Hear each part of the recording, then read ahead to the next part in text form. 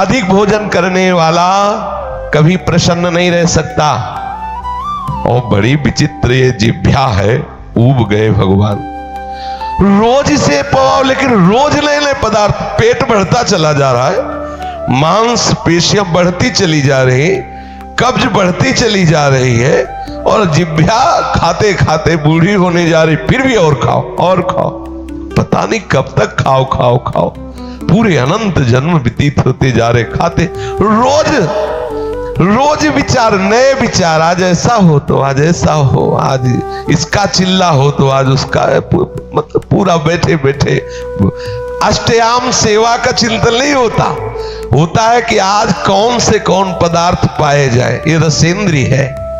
भोजन पर साधक ध्यान दे, नहीं तो आनंद का जो विषय, मन की प्रसन्नता है, वो आप नहीं धारण कर पाएंगे। बोले हित परमित भोजी, थोड़ा सरल, स्वाद रहित, स्वास्थ्य वर्धक सतोगुणी भोजन पाया जाए, पर है बहुत कठिन। 2-3 दिन अगर ऐसा उबला पाए तो चौथे दिन वो समोसे में ही ब्रजवासी के जाएगा।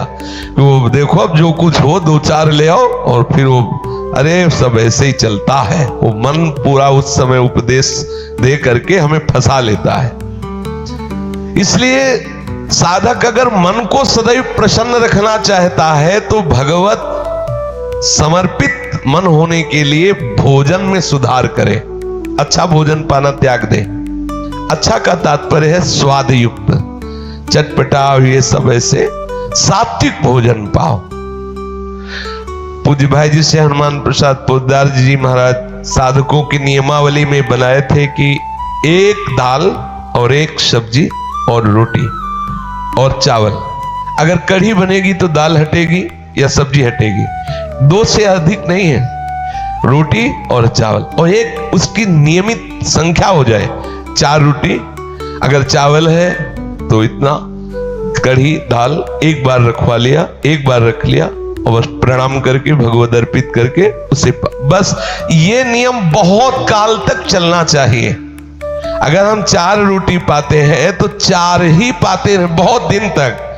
अब यहां तो देखे कि कै बच रहे हैं, बोले 2 गुलाब जामुन 2 लड्डू बच रहे, बोले रुको थोड़ा टहल लेते हैं, फिर टहल के बैठ के फिर उनको दो, तो मन प्रसादा स्थिति को प्राप्त नहीं हो पाएंगे। थोड़ा सावधान रखिए, अपनी जिह्वा को, अपने भोजन पाने के नियम को एक सीमित रखिए। बोले हित परमित भोजी, मना प्रसादा सौमत्यम के लिए हमें चाहिए कि थोड़ा भोजन बहुत बहुत लाभदायक है। थोड़ा भोजन पक्का समझना, बहुत आनंद का अनुभव होता है।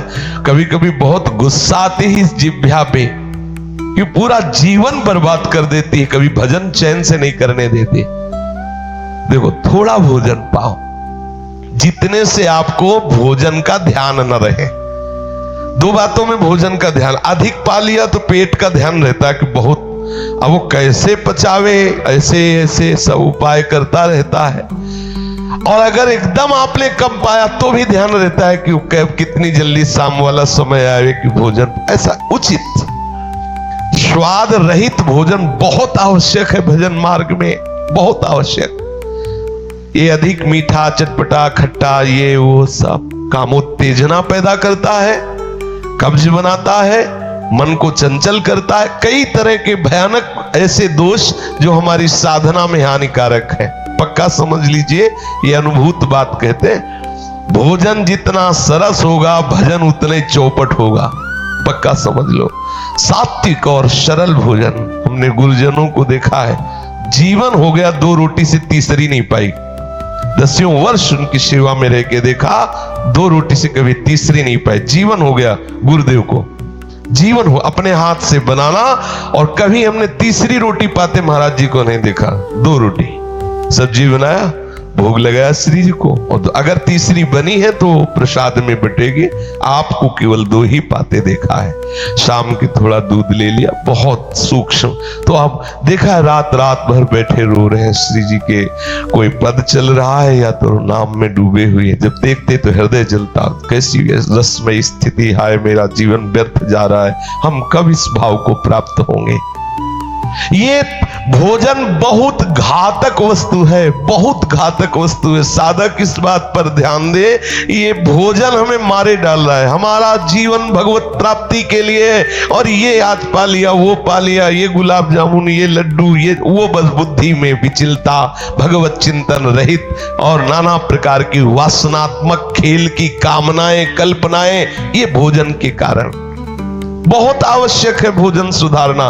भोजन नींव है परमार्थ की। जैसा खाओ अन्न वैसा बने मन। तो मन प्रसाद कैसे प्राप्त होगे, क्योंकि आपका भोजन ठीक नहीं है। बहुत सावधान, एक नियमावली भोजन की बना लो। प्रार्थना है, कितना भरोगे, ये पता नहीं कौन से ऐसे पदार्थों से बना हुआ कि इसको कभी तृप्ति ही नहीं होती। खट्टी डकारे आ रही है शाम के, फिर भी वो कामना में लगा है कि आज मूली का पराठा पाया जाए, आज ये हे भगवान, ऊब गए, इस मनी राम से ऊब गए, ये रसेंद्री से ऊब गए, मरने को हो रहे, दांत खराब है, लेकिन चलो ऐसे मीस के ऐसे खाओ, ऐसे ये पाओ।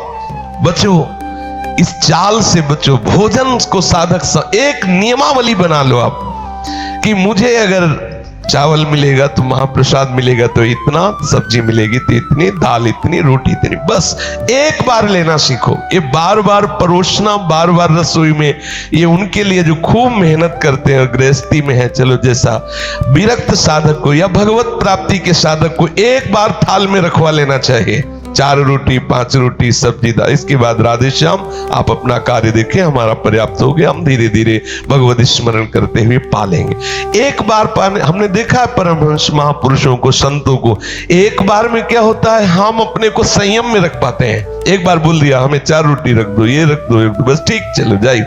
या तो मधुकरी करते हैं तो अपने अनुकूल प्रसाद। एक नियम बना लो, अगर हम 4 मधुकरी पाते हैं, 5 भी नहीं पानी चाहिए, जितना मांगे, एक नियम बना लो, उससे आप विजय प्राप्त कर लोगे इस रसेंद्री पर। यदि मन को सदैव प्रसन्न रखना है, भगवदाकार रखना है, भगवत चरणारविंद के चिंतन में मगन रखना है, तो हित परमित भोजी, आपका भोजन बहुत ठीक होना चाहिए, नियमित होना चाहिए, परमित होना चाहिए, एक नियमावली के अंतर्गत होना चाहिए। पक्का समझ लो, वो नियमावली कई वर्षों तक बराबर एक जैसी चले। देखो, आपकी एक अवस्था आ जाएगी आनंद की, बड़ा आनंद का विषय है। ये भोजन ही हमें परेशान